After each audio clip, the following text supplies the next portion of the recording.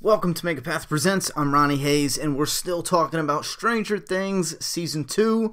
This time we're on Episode 5, Dig Dug. Now, this kicks off with Hopper in trouble. Let me just say this real quick. I tried putting a few images in each video just to keep it a little more interesting visually up until now. However, it's now 3 in the morning. I'd like to get this ready to upload tomorrow and then try my best to watch the rest of them so that way you guys have it in one shot for those binging it. So I don't know if I'm going to be able to get many images, if any at all, in this one, possibly the one tomorrow. I'm going to do my best, but I'm going to save that for the really extensive breakdown review slash breakdown videos. Anyway, let's dive right into this. This one kind of seemed like a main character with plot armor is in trouble, but not real trouble, and it's a race against the clock type filler type episode. However, even though it had that filler aspect to it with a character that's got plot armor at this point in time, but in trouble, and it's a race to get to him, it was still interesting as hell. So he's in trouble. He's in the maze, the upside down maze that's growing, the vine maze, let's call it.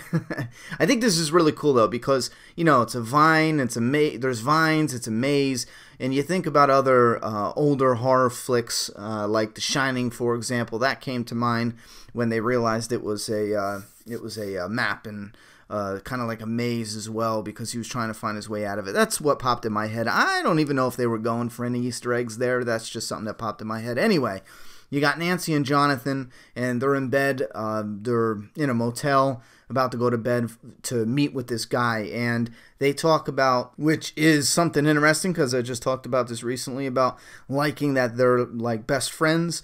And they talked that she asked why you didn't she asked what happened with you, where'd you go? And he said, you only waited a month, you know? So now we get the vibe, or at least I got the vibe from that alone, that Nancy was definitely interested in getting with Jonathan. However, he waited a little long, and I don't know, a little long, not long at all. Jonathan was dealing with Will and his family unit at that time, and Nancy moved on to Steve. Anyhow, so they do have history. They might not have hooked up, but there's definitely a connection there and a history there. Anyhow, they're meeting with this guy who, at first I thought he was going to be just a complete quack. Now we can fast forward through all the stuff that they discussed there and get right to the end point of it. And they tell him all the shit that's going on, and he's like, you know what, it's too strong, we got to water it down. And then I thought, you know what, he's on to something, because that's hard. If you release something like, listen guys, I've seen a UFO, it was this, that, and a third, there was crazy shit going on, a lot of people out there listening right now would be like, Ronnie's crazy. But if I said, I don't know, it was some aircraft, you know, in the sky, and it had these blue lights on it, I don't know if it's some kind of government thing, you would be like, oh, let's look into that because it's more realistic. So I like how he said that, you know, we got to water that shit down a little. So props there. I thought he was off his rocker.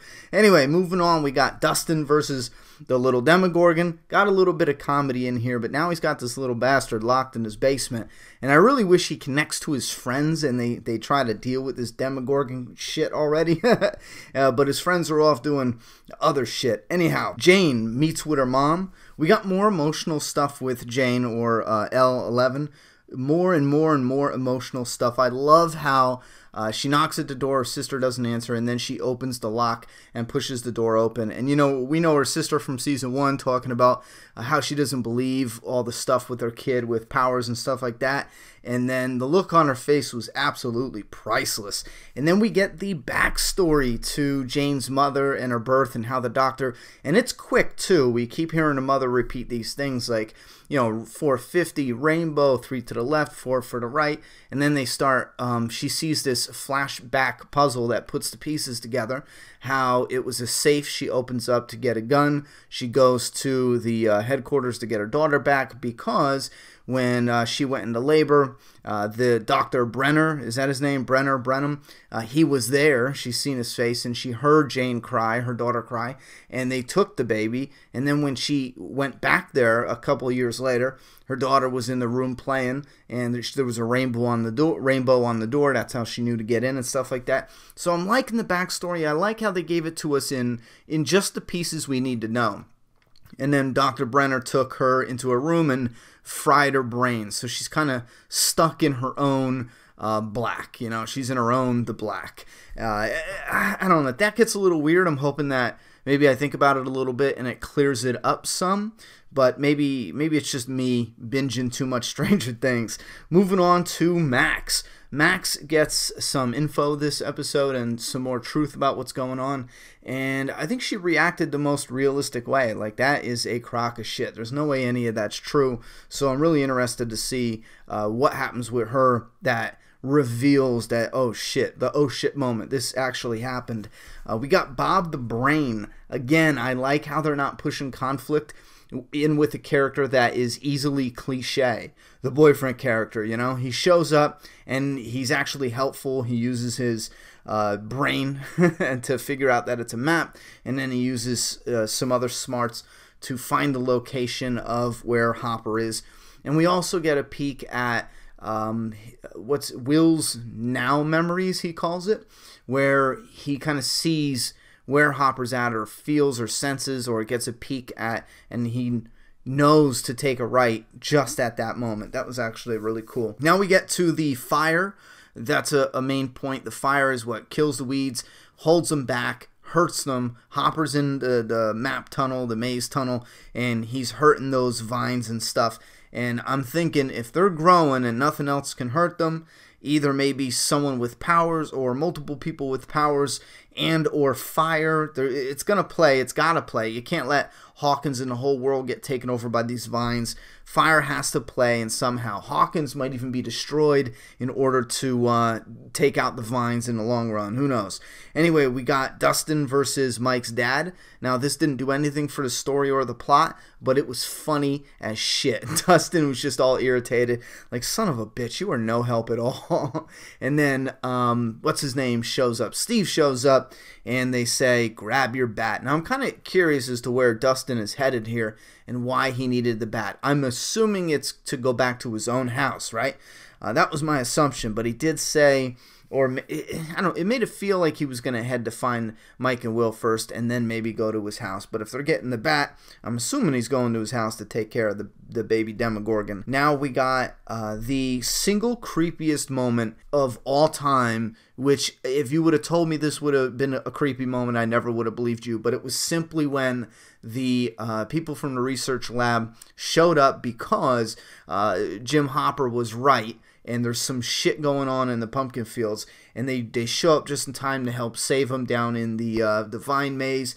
They start lighting it up, burning the vines, and Will, the kid, falls to the ground and starts screaming. Now, I don't know if they contorted his face with some CGI, or he did it himself, that was just practical, or there was no effects whatsoever, and he just distorted his face, and it was the combination of his face, the way it was, and the screaming. But I tell you what, there was something about that moment, I was like, that shit is creepy. And it might have just been the look of the face he gave with the combination of the face and the sounds. This is something that I would really like behind the scenes for. Well, I would actually love it if they released some behind the scenes.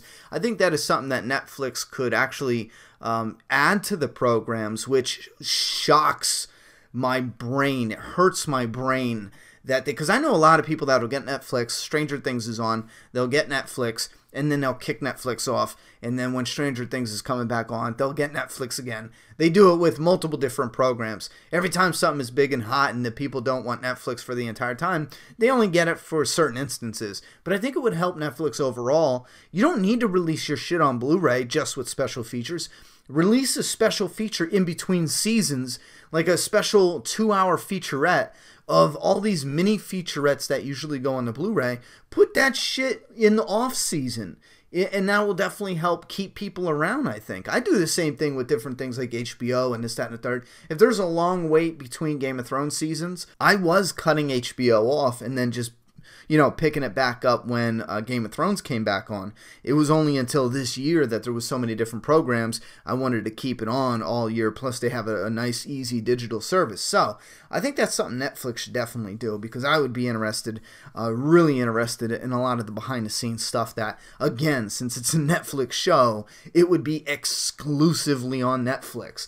you can't find the shit anywhere else. You know, they don't put it on Blu-rays, or it'd be nice if they did. But anyhow, I'm just rambling now. But that was, I'm hyped. I still think this is probably one of the episodes. I'm riding a high from episode 4, one of the greatest episodes. I still think it is fan-friggin-tastic.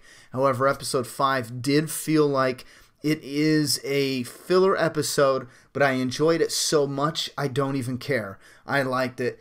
Thoughts and opinions down in that comment box. I'm going to try to watch. Well, you know what? I'm going to keep this video for tomorrow, and then later today, I'm going to kickstart it with another 2 episodes, and then we'll see if we can finish it out tomorrow, this series. So I'm going to shut up and get going so I can sleep and then wake up and watch some Stranger Things. You leave some thoughts and opinions for me down in that comment box. Smash that like button, please. I'm done talking. It's your turn.